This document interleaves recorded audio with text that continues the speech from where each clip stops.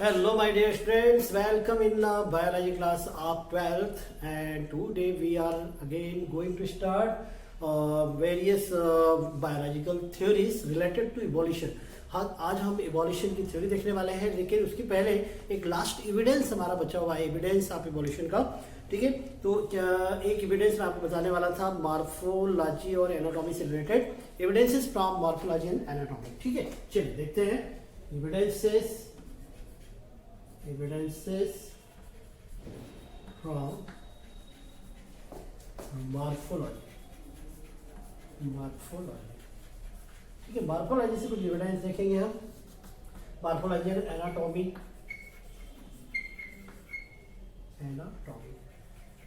ठीक है, तो सबसे पहले तो मॉर्फोलॉजी क्या है और एनाटॉमी क्या है।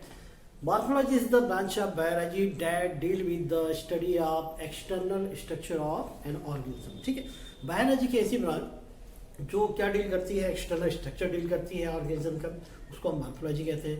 And anatomy is the branch of biology that deal with the study of internal structure of organism. वो प्लांट भी हो सकते हैं, एनिमल भी हो सकते हैं। ठीक है, मॉर्फोलॉजी एनाटॉमी हम दोनों में, यदि कई बार आपने देखा भी होगा चैप्टर्स का नाम ही लिखा रहता है, morphology of plants, anatomy of plant. ठीक है, आगे भी आप हायर क्लास में जाएंगे, बीएससी करेंगे, एमएससी करेंगे, ठीक है, पीजी या कोर्स जब पोस्ट ग्रेजुएशन करेंगे तो वहाँ पे डायरेक्ट एनाटॉमी या मॉर्फोलॉजी लिखा रहता है, तो आप उसका मतलब समझ जाएंगे कि इसका मतलब क्या है। इंटरनल स्ट्रक्चर हम स्टडी कर रहे हैं या एक्सटर्नल स्ट्रक्चर स्टडी कर रहे हैं, तो इससे कुछ एविडेंसेस हम देखते हैं।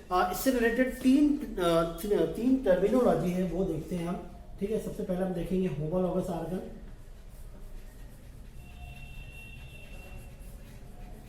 होमोलॉगस ऑर्गन्स देखेंगे। ठीक है, एक हम देखेंगे analogous organ.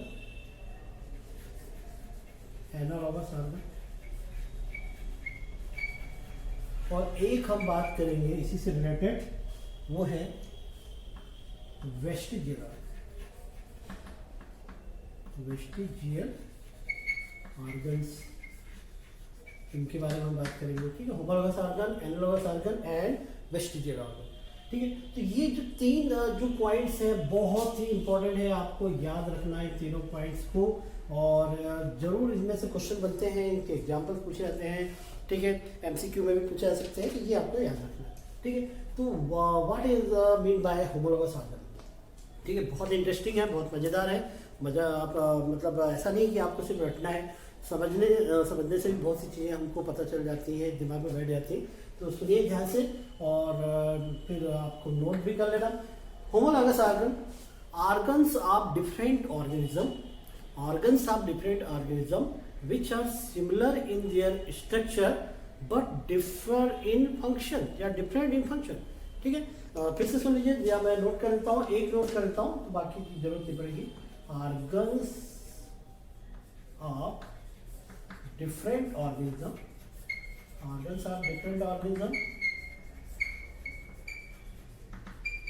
which are similar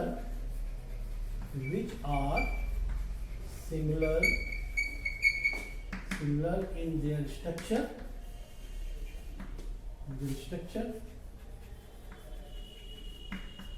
but different in function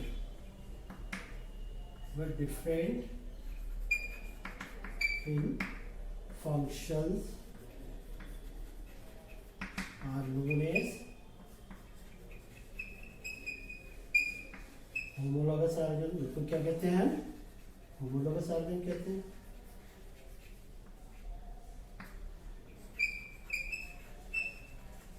ठीक है, ऑर्गन्स ऑफ डिफरेंट ऑर्गेनिज्म के क्या है, ऑर्गन्स जो कि किसमें कैसे होते हैं, which are similar in their structure, और डिफर हम किसमें होते हैं, फंक्शन में डिफरेंट होते हैं, उनको क्या कहते हैं, homologous organ. For example 4 limbs of human being, 4 limbs of horse, 4 limbs of frog, 4 limbs of sail flipper। ठीक है, या feathers of sail, है ना, 4 limbs of bat, है ना। इन सभी की 4 limbs आप देखेंगे।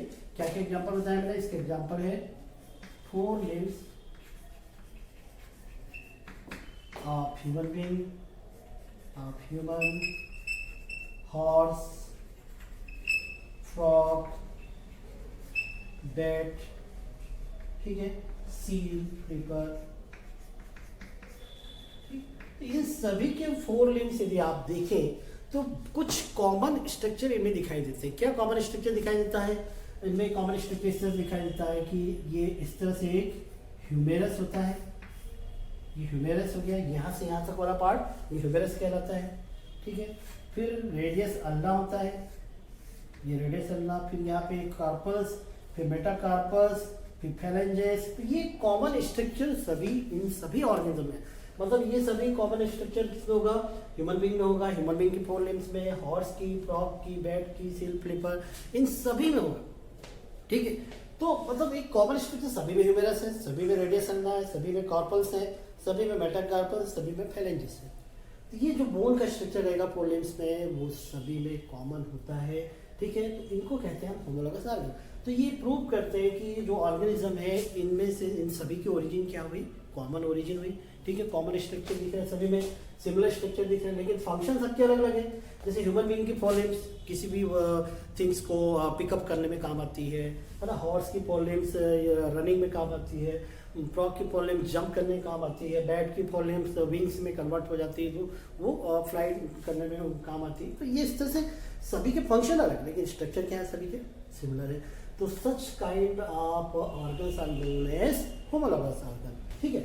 अब यहाँ ध्यान दीजिएगा, सेकेंड एनालॉगस ऑर्गन थोड़ा सा डिफरेंट हो जाएगा। इसमें ये हो जाता है organs of different organism which are similar in function. Analogous में क्या होता है? यहाँ पे फंक्शन सिमिलर होते हैं, यहाँ पे क्या हो जाता है? फंक्शन सिमिलर हो जाते हैं, बट स्ट्रक्चर क्या होता है? यहाँ पे डिफरेंट होते हैं। स्ट्रक्चर क्या होते हैं? डिफरेंट होते हैं, ठीक है। तो एनालॉगस ऑर्गन का मतलब क्या होगा? Organs of different organism which are similar in function but differ in structure. यहाँ पे उल्टा हो जाता है। आपको एक चीज याद रखना, होमोलॉगस ऑर्गन आप अच्छे से तैयार कर लो, एनालॉगस अपने आप तैयार हो जाएगा भाई, है ना। होमोलॉगस में आपको जानना वहाँ पे क्या सिमिलर था, वहाँ पे स्ट्रक्चर सिमिलर था होमोलॉगस में, और फंक्शन डिफरेंट था। एनालॉगस में जस्ट उसका इन्वर्ट हो जाता है, यहाँ पे स्ट्रक्चर क्या हो जाते हैं? डिफरेंट हो जाते हैं, ये फंक्शन सिमिलर हो जाता है। तो organs of different, what is analogous organ? Analogous organs are those organs which are similar in their similar in function but differ in structure. Structure यहाँ पे different हो जाता है। जैसे मैं आपको इसका एग्जांपल बताता हूँ, किसका? एनालॉगस ऑर्गन का। इसका एग्जांपल हो जाएगा wings of birds, wings of bat, wings of cockroach and wings of mosquito.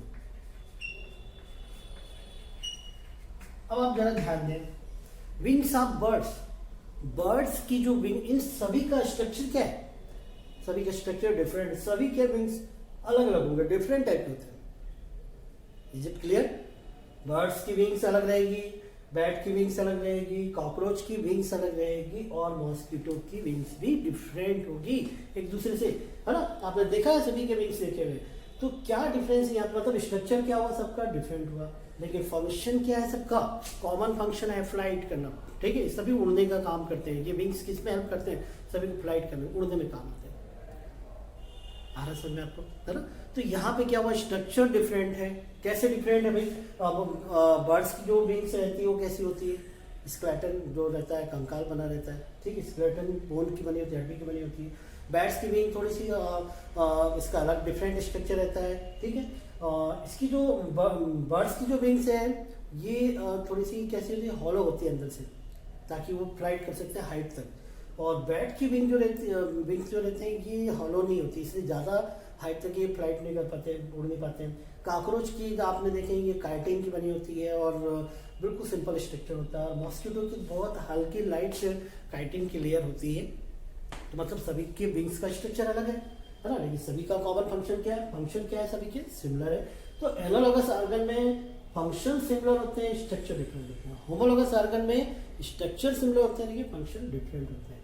अब इन सभी से हटके वेस्टिजियल ऑर्गन, ठीक है। वेस्टिजियल ऑर्गन क्या है? वेस्टिजियल ऑर्गन का मतलब होता है अवशेषी अंग, मतलब ऐसे ऑर्गन जो अवशेष के फॉर्म में है, जो मतलब एक्सटिंक्ट हो रहे हैं या एक्सटिंक्ट हो चुके हैं, या जो फंक्शन है, those organs are different organ which are functionless, ठीक है, या you can those organ which are functionless but functional in some other organ.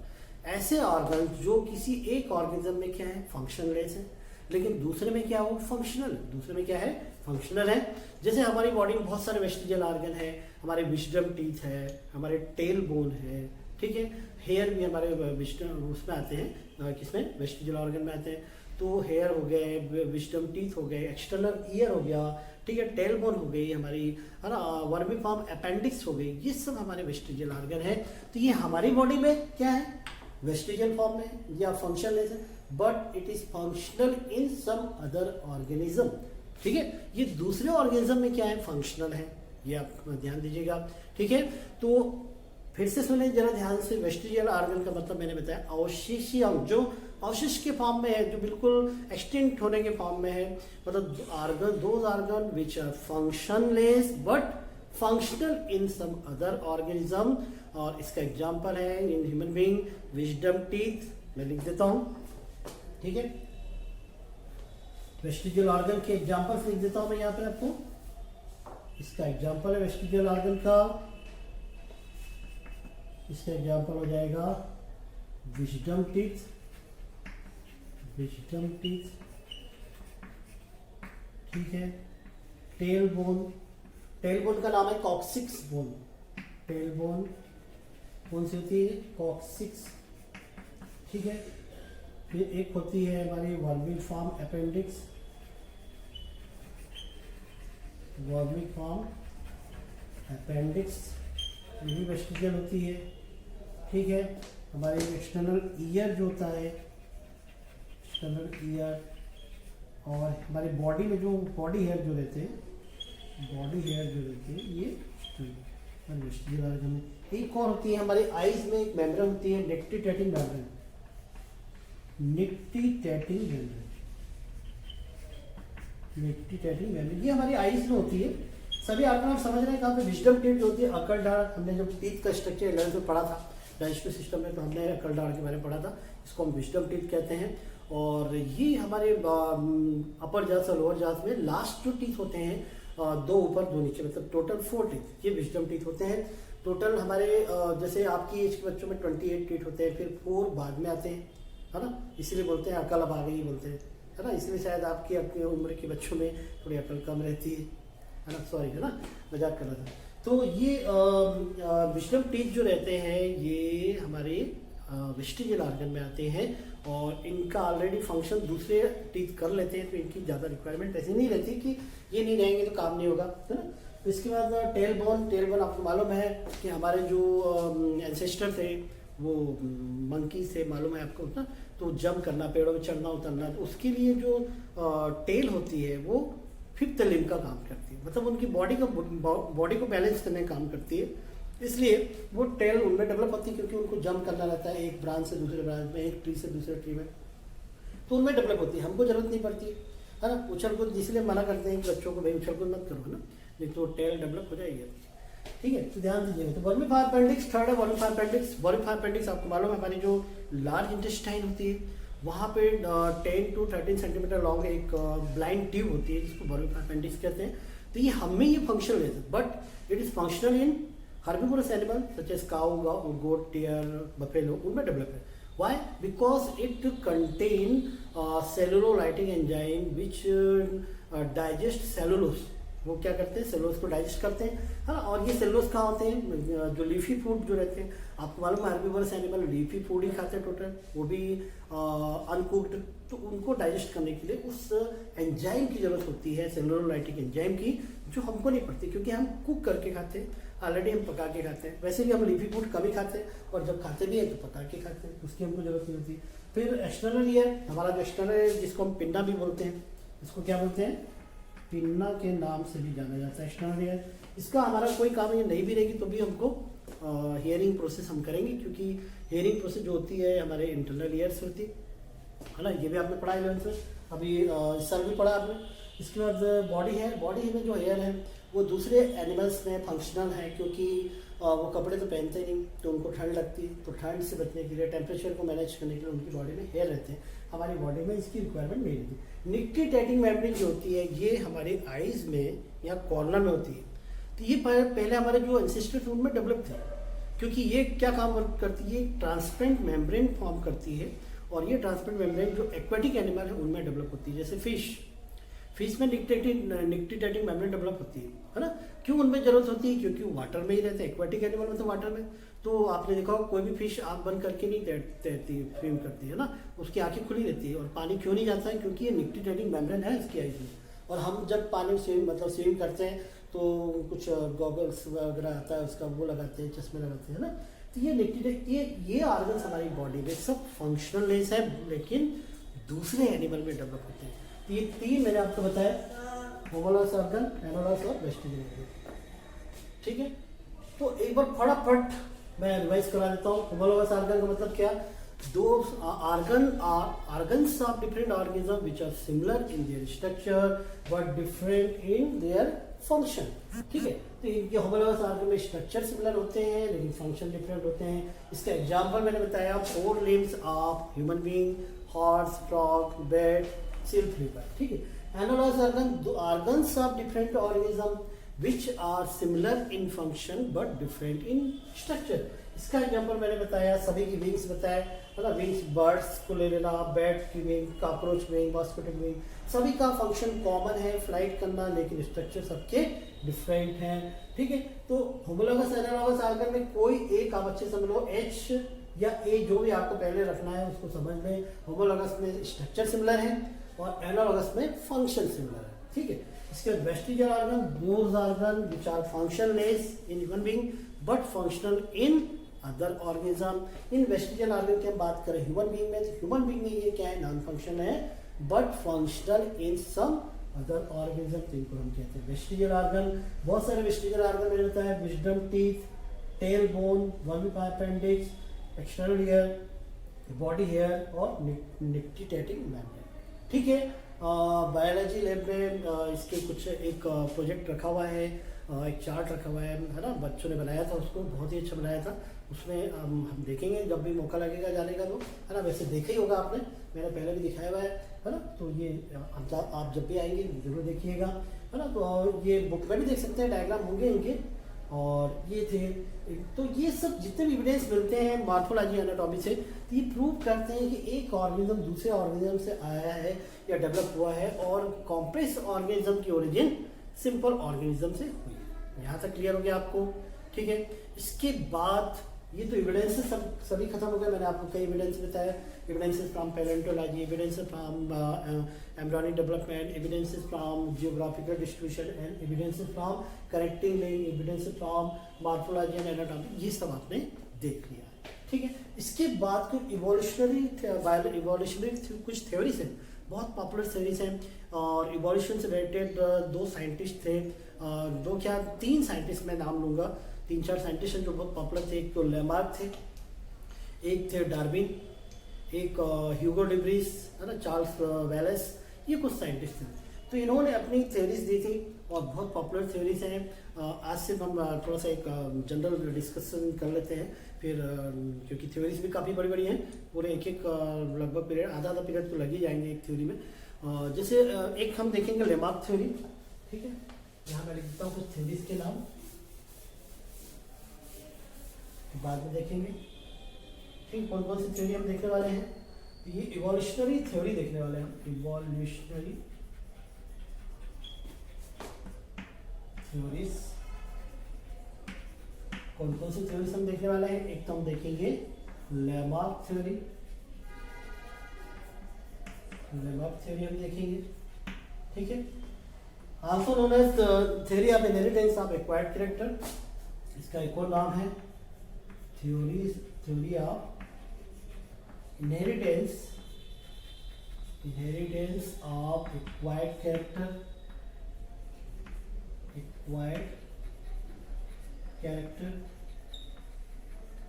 और एक हम देखेंगे बहुत ही इंपॉर्टेंट, 2 बहुत ही इंपॉर्टेंट थ्योरी है। एक हम देखेंगे डार्विन थ्योरी, ठीक है। also known as, popularly known as theory of natural selection. Theory of natural selection. ठीक है, ये आप देखेंगे। इसके बाद आप एक थ्योरी देखेंगे, म्यूटेशन थ्योरी। वैसे आपने शायद थोड़ा पढ़ा होगा म्यूटेशन थ्योरी, हाँ पढ़ा दिया मैंने, है ना, जेनेटिक्स में शायद पढ़ाया था मैंने, जेनेटिक्स में आपको पढ़ाया म्यूटेशन थ्योरी, तो थोड़ा सा रिवाइज कर लेंगे बस। Mutation theory, mutation theory genetics में हमने पढ़ा था, म्यूटेशन थ्योरी, म्यूटेशन के बारे में पढ़ा था, म्यूटेशन थ्योरी मैंने बताई थी, है ना, ह्यूगो डिवरीज ने इसको बताया था। तो ये तीन इंपॉर्टेंट है। वैसे डार्विन में भी नियो डार्विनिज्म है, नियो लेमार्किज्म भी है। तो Lamarck, Jean Baptiste D Lamarck थे, एक साइंटिस्ट थे, उन्होंने लेमार्क थ्योरी बताई थी, बहुत इंटरेस्टिंग है, जो कि इवोल्यूशन से रिलेटेड है। तो डार्विन थ्योरी चार्ल्स डार्विन और चार्ल्स वेलेस ने बताई थी, है ना। ये डार्विन बिल्कुल इतने पॉपुलर है, इतने पॉपुलर इवोल्यूशनिस्ट है, जैसे मेंडल को हम जेनेटिक्स जानते हैं, वैसे यहाँ पे डार्विन है, ठीक है। फिर म्यूटेशन थ्योरी ह्यूगो डिवरीज ने दी थी, तो किसने दी थी, ह्यूगो डिवरीज करके साइंटिस्ट थे, उन्होंने दी थी, ठीक है।